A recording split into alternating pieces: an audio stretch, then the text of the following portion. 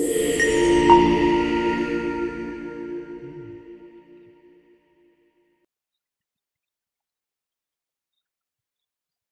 साथियों, मैं हूँ भूपेश उस्ता और आप देख रहे हैं संस्कृत ज्ञानम। हमारे इस यूट्यूब चैनल पर आपका हार्दिक स्वागत है। आज हम संस्कृत विषय का एक महत्वपूर्ण टॉपिक संस्कृत संज्ञा सूत्र पढ़ने वाले हैं।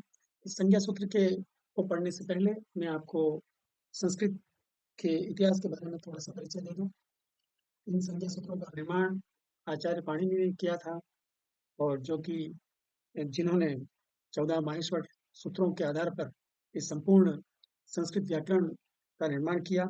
इन 14 माहेश्वर सूत्रों के बारे में कहा जाता है कि यह भगवान शिव के डमरू से उत्पन्न हुए हैं और ये 14 माहेश्वर सूत्र आपके सामने हैं।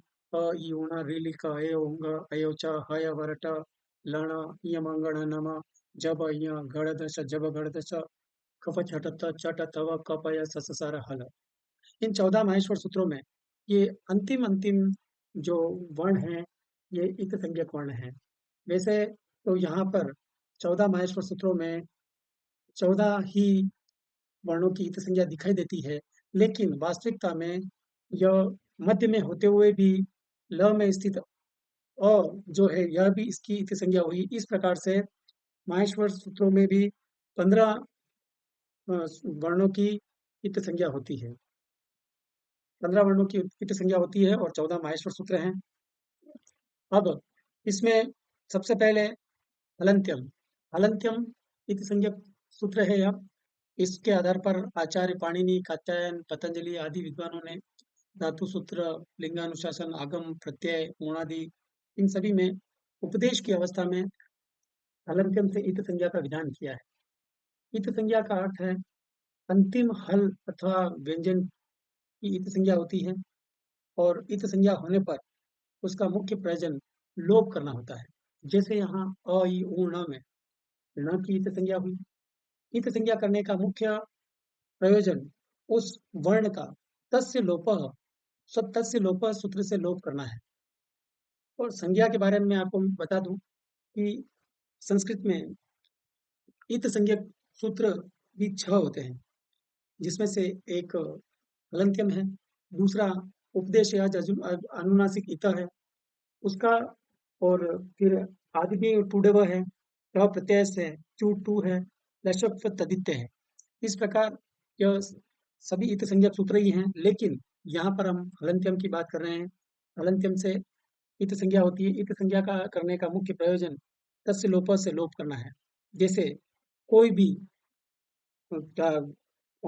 लिंगानुशासन हो, आगम हो, प्रत्यय हो, जितने भी अ, धातु सूत्र है वगैरह, इन सब में प्रत्यय, आदेश, इन सब में अंतिम व्यंजन की इत संज्ञा होती है। इत संज्ञा करने का मुख्य प्रयोजन तस्य लोप से लोप करना है और वह उसके पश्चात जिसका लोप होता है वह दिखाई नहीं देता है।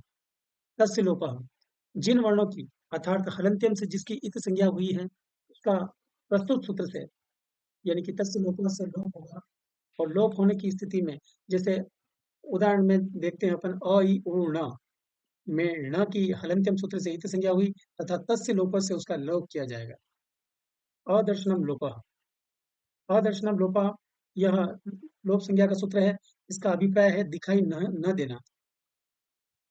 जिसकी हलन्त्यम से इत संज्ञा हुई है, जिस अंतिम हल अथवा व्यंजन की हलन्त्यम से इत संज्ञा हुई तथा तस्य लोप से जिसका लोप हुआ है, पुनः उपस्थित होने पर उसको हम अनुपस्थित मानकर कार्य करेंगे। अनुपस्थित मानकर कार्य करेंगे। जैसे अ, इ, ऊ, ण में ण की इत संज्ञा हुई, ण की इत संज्ञा हुई, अ, इ, ऊ, ण में ण की इत संज्ञा हुई। पुनः उपस्थित होकर जब भी अण प्रत्याहार बोला जाएगा, तो हम इसका अर्थ अ, इ, ऊ से ही लेंगे, यानी कि न को उसमें नहीं गिनेंगे। उपस्थित रहते हुए भी अनुपस्थित मान के कार्य करना अदर्शनम लोपः कहलाता है। फिर आदिरंत्येन संहिता, इसकी सहायता से प्रत्याहार बनाए जाते हैं। यह प्रत्याहार विधायक सूत्र है। जैसे इंग्लिश में शॉर्ट फॉर्म होती है किसी भी नाम को कर, जैसे रमेश कुमार का नाम आर के बोला जाता है, उसी प्रकार से यह संस्कृत में किसी भी बड़े शब्द को शॉर्ट करने का तरीका है, यानी कि प्रत्याहार बनाने का एक सूत्र है। इसको आदिरंत्येन संहिता कहते हैं। इसमें आदि यानी कि प्रथम, अंत यानी कि अंतिम। आदि और अंतिम दोनों वर्ण मिलकर अपने तथा अपने साथ वाले अन्य वर्णों का बोध कराते हैं। जैसे हम अ अण प्रत्याहार कहते हैं, तो आदि वर्ण अ, अंतिम वर्ण न, ये मिलकर अपने और अपने साथ वाले इसके अंदर छिपे हुए अ, ई और उ का बोध कराते हैं। ऐसा इसके साथ में समझना चाहिए। फिर आता है ऊकालो अन्य ह्रस्व दीर्घ प्लुतः। यह संस्कृत की मात्राओं के संबंध में ह्रस्व और दीर्घ और प्लुत की संज्ञा का सूत्र है। एक मात्रा काल वाले वर्ण को हम ह्रस्व कहते हैं, जैसे अ। जैसे इसी प्रकार से दो मात्रा काल वाले वर्ण को हम दीर्घ कहते हैं, जैसे आ। और बोलने में जिसको और इन दोनों से भी ज्यादा समय लगता हो, उसको प्लूत संज्ञा कहते हैं, जैसे ओम। इसमें 3 या इससे अधिक मात्राएँ होती है, इसीलिए इसको प्लूत कहा जाता है। और संस्कृत में अगर किसी प्लूत संज्ञा को लिखना हो तो उसके आगे हम, यदि हमको अ के आगे प्लूत बताना है तो अ के आगे 3 कर देंगे, तो उससे पता चल जाएगा कि ये प्लूत वर्ण है। जैसे एक मात्रा काल में बोले जा सकने वाले वर्ण को ह्रस्व, 2 मात्रा काल में बोले जा सकने वाले वर्ण को दीर्घ और 3 मात्रा काल में बोले जा सकने वाले वर्ण को प्लूत कहते हैं। फिर उच्चैरुदात्त, मुख में कंठ, तालु आदि उच्चारण स्थानों के ऊपर के भाग से जिन स्वरों को, जिन वर्णों को बोला जाता है, उनको उदात्त कहते हैं।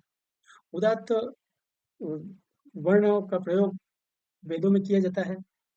और जैसे अग्नि, अग्नि के नाम में स्थित ई उदात्त माना जाएगा। इसको प्रदर्शित करने के लिए इसके ऊपर एक खड़ी लाइन खींची जाती है।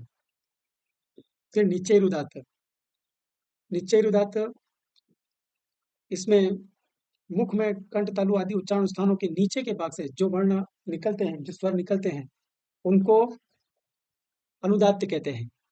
इनको प्रदर्शित, इनका भी उपयोग वैदिक साहित्य में ही किया जाता है। इनको प्रदर्शित करने के लिए इनके नीचे एक आड़ी लाइन का प्रयोग किया जाता है। जैसे अ, हम लिखते हैं राम, राम के म में, राम को अगर अनुदात होगा तो उसके नीचे आड़ी लाइन ऐसे खींची जाएगी, इस प्रकार से, जैसे राम म, इस प्रकार से। राम के म में स्थित अ अनुदात है, इसको प्रदर्शित करने के लिए इसके नीचे आड़ी लाइन खींची जाती है। फिर स्वरित, समाहार स्वरित, मुख में कंठ, तालु आदि उच्चारण स्थानों के मध्य भाग से जो वर्ण उच्चारित होते हैं, उनको स्वरित कहा जाता है। इनका प्रयोग भी वेदों में ही किया जाता है। फिर जैसे योगे, योगे के ग में स्थित ए स्वरित है, क्योंकि यह मुख और नासिका दोनों की सहायता से बोला जा रहा है। फिर मुख, नासिका, वचनों, अनुनासिक, मुख में बहुत सारे बोलने के उच्चारण स्थान हैं। जैसे में मुख और नासिका दोनों की सहायता से जिन वर्णों का उच्चारण किया जाता है, उन्हें अनुनासिक कहा जाता है। जैसे या, चंद्र बिंदु वाला जो या है वो अनुनासिक है। और ये जो अनुनासिक वर्ण होते हैं, वह मूल रूप से स्वर ही होते हैं, किंतु अब अनुस्वार जो होता है वो म होने से वो व्यंजन होता है। तथा यहाँ पर अननुनासिक की बात हो रही है, तो चंद्र बिंदु से रहित या जो होगा वो अननुनासिक ही की तरह ही माना जाएगा। फिर तुल्यस्य प्रयत्न सवर्णा, जिन वर्णों के तालु आदि उच्चारण स्थान एवं आभ्यंतर प्रयत्न समान होते हैं, उनकी परस्पर सवर्ण संज्ञा होती है। जैसे अ की जहाँ से उत्पत्ति होती है, आ की भी उत्पत्ति वहीं से होती है। और आ ऐसे बोला जाता है, प्लूत स्वर, उसकी भी उत्पत्ति वहीं से होती है। तो इनकी परस्पर सवर्ण संज्ञा। इसी प्रकार से चाहे वो उदात्त हो, चाहे वो अनुदात्त हो, चाहे वो स्वरित हो। कहने का तात्पर्य है कि मुख में चाहे उस अ का उच्चारण मुख आदि, मुख में नीचे के स्थान से किया गया हो, या ऊपर के स्थान से निकला हो, या फिर मध्य स्थान से निकला हो, यानी कि उदात्त हो, अनुदात्त हो या स्वरित हो, उनकी परस्पर सवर्ण संज्ञा ही कहलाएगी। ऐसा हर स्वर या हर वर्ण के विषय में समझना चाहिए। फिर अनुदित स्वर्ण से चा प्रत्यय, ऐसे अण एवं उदित की स्वर्ण संज्ञा होती है जिनका विधान न किया गया हो। जैसे अविधीयमान अण प्रत्याहार, जैसे अ, ई, उ, ऋ, ए, ओ, ऐ, औ, ह, य, व, र, द। तथा उदित, यहाँ पर कु का मतलब क वर्ग से है, चू का मतलब च वर्ग से है, टू का मतलब त वर्ग से है, तू का मतलब त वर्ग से है, और पू का मतलब प वर्ग से है। इनकी परस्पर सवर्ण संज्ञा होगी, क्योंकि इनका उच्चारण स्थान और अभ्यंतर प्रयत्न भी समान ही है, इसीलिए इनकी परस्पर सवर्ण संज्ञा होगी। जैसे इको यण की सूत्र में इक अविधीयमान है, उसके स्थान पर यण का विधान हुआ है, तो ई को य इसीलिए होगा क्योंकि उसके तालु आदि उच्चारण एवं अभ्यंतर प्रयत्न समान होते हैं। फिर पर सन्निकर्ष संहिता, वर्णों की अत्यंत समीपता को संहिता कहते हैं। संहिता यानी कि स्वर वर्णों की अत्यंत समीपता को संहिता कहते हैं, जिनमें 2 या 2 से अधिक स्वर वर्ण बिना व्यंजन व्यवधान के आए, उसको संहिता संज्ञा वहाँ पर कही जाएगी। जैसे सुधि धन उपास्य, सुधि के ध में स्थित ई और उपास्य का उ बिना व्यंजन व्यवधान के आया है, इसको संहिता कहा जाएगा और संहिता संज्ञा होने पर संधि आदि कार्य होता है। फिर हलोंतरा संयोग, स्वर वर्णों के स्थान पर स्वर वर्णों के व्यवधान के बिना 2 या 2 से अधिक व्यंजन यदि एक साथ आते हैं, तो उनको संयोग संज्ञा उस संज्ञा को कहते हैं। जैसे इंद्र, इंद्र के न और द बिना स्वर व्यवधान के आए हैं, यानी कि न के तुरंत बाद में द है, इनके बीच में कोई स्वर नहीं है, इसीलिए इस संज्ञा को संयोग संज्ञा नाम दिया जाएगा, इसको संयोग संज्ञा हम कहेंगे। इसी प्रकार सुप्त्यंत पदम, सुप्त्यंत पदम सु यानी कि शब्दों के रूप, तिंग यानी धातुओं के रूप, सु और जस आदि 21 शब्द होते हैं राम शब्द में, सु और जस आदि 21 प्रत्यय हैं, और इत तस दी ये धातुओं के रूप वाले नो, तो धातुओं के परस्मैपदी के रूप प्रत्यय, और नो ही आत्मनेपदी के यानी कि 18 प्रत्यय। इन सभी का निर्माण इस में पद संज्ञा जो होती है वो इस सुप्ति अंत पदम सूत्र से ही होती है, क्योंकि संस्कृत में ऐसा माना जाता है कि जो पद नहीं है उसका प्रयोग नहीं करना चाहिए, ना पदम प्रयुंजित, जो पद नहीं है उसका प्रयोग नहीं किया जाना चाहिए। इसी प्रकार जब हम अ, पद बनाते हैं प्रत्यय आदि जोड़कर, तभी उसका प्रयोग किया जा सकता है। जैसे राम में सु प्रत्यय लगा, तो उससे सु में उ की ईत संज्ञा हुई और रामः शब्द बना, तो यह विभक्ति में प्रयोग किए जाने के लायक है। इसी प्रकार पट प्लस तिप बराबर पटती, यंत पद का रूप बना। इस प्रकार ये आगे आपको बताया गया है कि 21 प्रत्ययों के बारे में यहाँ पे लिख रखे हैं। शब्दों के रूप में, शब्दों में जो प्रत्यय लगते हैं राम, रामो, रामा में, जिस प्रकार से किसी भी प्रकार के शब्द में यही 21 प्रत्यय लगेंगे, सु औ जस अम औ सस, इस प्रकार से। और धातुओं के जो प्रत्यय हैं वो भी नीचे दे रखे हैं, तिप तस जी सिप तस तब में पस मस। फिर ये आत्मनेपदी के भी प्रत्यय इसमें यहाँ पे लिख रखे हैं। उसके पश्चात अ, ई, उ, री, इनके भेद बता रखे हैं। वेदों के अनुसार ये दीर्घ, ह्रस्व और ह्रस्व, दीर्घ और प्लुत होते हैं। उनमें भी अनुनासिक और अनुनासिक होते हैं। अनुनासिक में भी उदात्त, अनुदात्त, स्वरित, फिर अनुनासिक में अननुनासिक में उदात्त, अनुदात्त, स्वरित, फिर इसी प्रकार से प्लुत में भी अनुनासिक, उदात्त, अनुदात्त, स्वरित।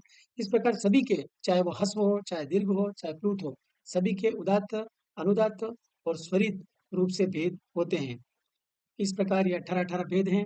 और आगे यहाँ पर कुछ महत्वपूर्ण संज्ञाओं के विषय में आपको मैं बताना चाहूँगा। इत संज्ञा का विधायक सूत्र है हलन्त्यम, हलन्त्यम से इत संज्ञा होती है। लोप संज्ञा का है अदर्शनम लोपः, जो आपने पढ़ा है। प्रत्याहार संज्ञा, इसकी सहायता से प्रत्याहार बनाए जाते हैं, या आदिरन्त्येन संहिता इसका है। ह्रस्व, दीर्घ और प्लुत की संज्ञा है उकालो अंजस्व दीर्घ प्लुतः। फिर उदात्त संज्ञा का सूत्र है उच्चैर उदात्त, मुख में कंठ तालु आदि उच्चारण स्थानों के ऊपर के भाग से जो वर्ण निकलते हैं उसको उदात्त कहते हैं। फिर अनुदात्त, मुख में कंठ तालु आदि उच्चारण स्थानों के नीचे के भाग से जो वर्ण उच्चारित होते हैं उनसे अनुदात्त कहते हैं। जैसे स्वरित, मुख में कंठ तालु आदि उच्चारण स्थानों के मध्य भाग से जो वर्ण उच्चारित होते हैं उनको स्वरित कहते हैं। फिर मुख नासिका वचन जनुनासिक, यह ऐसे अज जिनकी अनुनासिक संज्ञा होती है उनके बारे में बता रखा है। तुल्यास्य प्रयत्नम सवर्णम, जिनका तालु आदि उच्चारण एवं अभ्यंतर प्रयत्न समान होते हैं उनकी परस्पर सवर्ण संज्ञा होती है। फिर परः सन्निकर्ष संहिता, वर्णों की अत्यंत समीपता को संहिता कहते हैं। फिर व्यंजन वर्णों की अत्यंत समीपता को संयोग कहते हैं। फिर पद संज्ञा का सूत्र है। फिर वृद्धि संज्ञा का सूत्र है, या फिर उपसर्ग संज्ञा का सूत्र है, उपसर्ग क्रिया योग्य। फिर धातु संज्ञा का सूत्र है। फिर गुण संज्ञा का सूत्र है। इस प्रकार से टी संज्ञा का सूत्र है पच्चोन्त्यादि टी। प्रगृह संज्ञा का सूत्र है, प्रगृह संज्ञा उसे कहते हैं जिसमें इकारांत, उकारांत और एकारांत के द्विवचन के आ जाने पर संधि आदि कार्य नहीं होता है और रूप वैसा वैसा लिखा जाता है। इसके आगे निपात संज्ञा है। और ये सभी मुख्य मुख्य जो संज्ञाएं हैं वो आपके सामने यहाँ पर बताई गई हैं। ये संप्रसारण संज्ञा, कृत संज्ञा और अंत में ये इत संज्ञा के शुरू में मैंने आपको कथन किया था कि इत संज्ञा के 6 सूत्र हैं, उन 6 सूत्रों के ये नाम हैं। इनमें से ये हलन्त्यम, उपदेश्य, अनुनासिक, इत, चूटू, लशक्व, तद्धिते, हार्डिंग, टुडवः और श प्रत्ययस्य। इनके बारे में भी यदि आपको विस्तृत रूप से जानना है तो इसको भी मैं आपको बता सकता हूँ। और इसके पीडीएफ के विषय में हमारे डिस्क्रिप्शन में लिंक मिल जाएगा, जिस पर क्लिक करने से हमारी साइट पर आप इसके नोट्स को प्राप्त कर सकते हैं। धन्यवाद।